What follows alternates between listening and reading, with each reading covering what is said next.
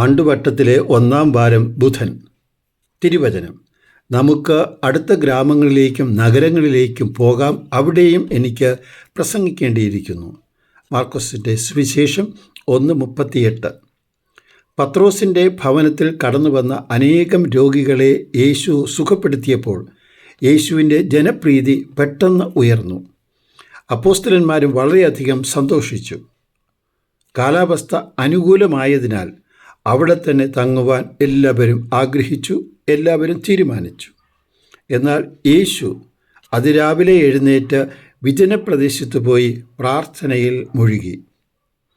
കഴിഞ്ഞ ഒരു ദിവസത്തെ എല്ലാ പ്രവർത്തനങ്ങളും പിതാവിൻ്റെ മുമ്പിൽ യേശു സമർപ്പിക്കുകയാണ്.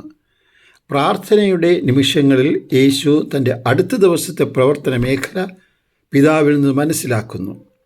തുടർന്ന് യേശു എല്ലാവരെയും നിരാശപ്പെടുത്തിക്കൊണ്ട് പിതാവിൻ്റെ പദ്ധതി പങ്കുവയ്ക്കുകയാണ്. നമുക്ക് അടുത്ത ഗ്രാമങ്ങളിലേക്കും നഗരങ്ങളിലേക്കും പോകാം. കെട്ടിക്കിടക്കുന്ന ജലാശയം ചിലപ്പോൾ നമുക്ക് ഇഷ്ടപ്പെടും. പിതാവിൻ്റെ പദ്ധതി അനുസരിച്ച് നാം പുഴ പോലെ ഒഴുകണം.